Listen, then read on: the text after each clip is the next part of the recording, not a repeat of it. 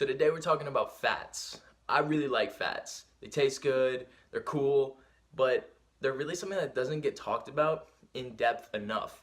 Like, if I asked you what a fat did right now, would you be able to tell me? Well, watch the rest of this video, and if you got it right, comment below and tell me that you're smarter than me. If you want to skip all the science and just listen to my fat recommendations, then click the timestamp below.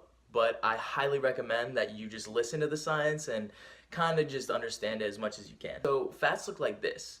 Typically they come in the form of triglycerides or triacylglycerols, which are pretty much just chains of carbons with hydrogens around them, and they're attached to a glycerol backbone, which is pretty much just more carbons. We have so many different types of fats, like trans, saturated, polyunsaturated, monounsaturated, and within each of those, they can be short chain, medium chain, or long chain, which really just denotes how long the chain of carbons is. So let's go through some of them right now and what they do. We'll get more in depth of each of them in the future in later videos, but I just want to go over the basics right now, like digestion, absorption, and fats' main functions. So we eat fats. What happens? Well, actually a small portion of digestion starts in the mouth with lingual lipase, an enzyme. As it travels down our esophagus, lingual lipase gets deactivated by the change in pH, but don't worry, gastric lipase takes over. So as that massive food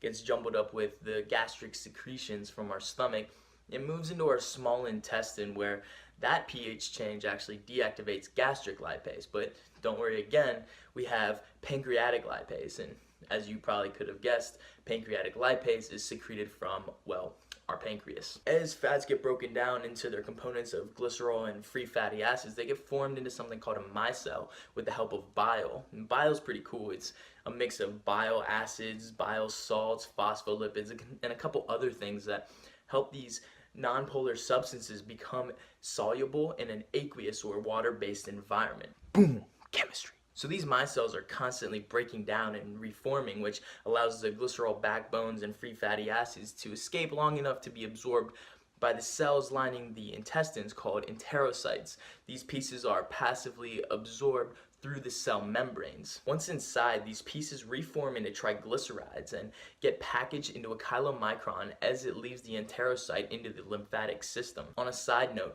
if a fat is a short or medium chain fat, then it's attached to albumin, which is a protein, and sent into the bloodstream. Now, keep this in mind because this will be really important when we talk about coconut oil in another video. Chylomicrons then travel through the lymph, where they leave the thoracic duct into the bloodstream. As these chylomicrons move around the body, they drop triglycerides where the cells need them until what's left of the chylomicron, called a chylomicron remnant, returns to the liver, where it's broken down and repackaged into what we traditionally think of as cholesterol, called VLDL, or very low density lipoprotein.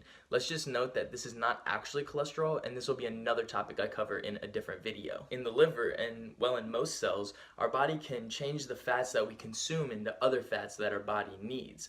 Or in the liver, it can repackage those fats and send them to fat cells called adipocytes for storage. So what do we use fats for? Well, a ton of things actually, but those functions get pretty specific to the type of fat we're talking about. So today we'll just be talking about energy. Fats are broken down by a process called beta oxidation, which it's called beta oxidation just because we cleave it at the beta carbon.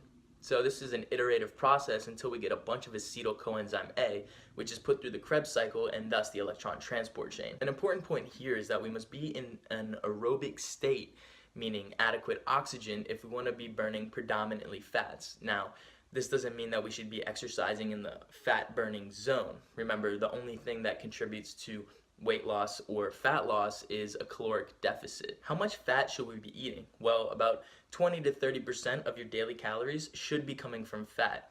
Another way to think about this is about 1 gram per kilogram of body weight. What type of fats should we eat? Well, predominantly mono and polyunsaturated fats are the best.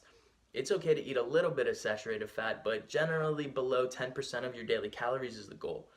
Now, saturated fat is a highly debated topic, and don't be surprised if in the next couple of years people come out saying that saturated fat really isn't that bad. Now, does that mean you should go binge on saturated fat? No. But just don't be surprised if in the next couple years it comes out that saturated fat isn't really that bad for you. Now, trans fats, on the other hand, should be avoided at all times.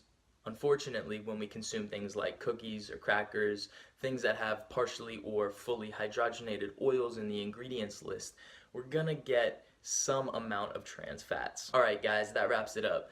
So in later videos, I'm going to be talking about more specific fats and what they do in our body. Things like trans fats or polyunsaturated fats and our omega-3, omega-6 balance. So stay tuned for those videos. If you like this one, please like, comment, subscribe, hit the little bell so that you get my notifications of new videos. And as always, thank you for watching.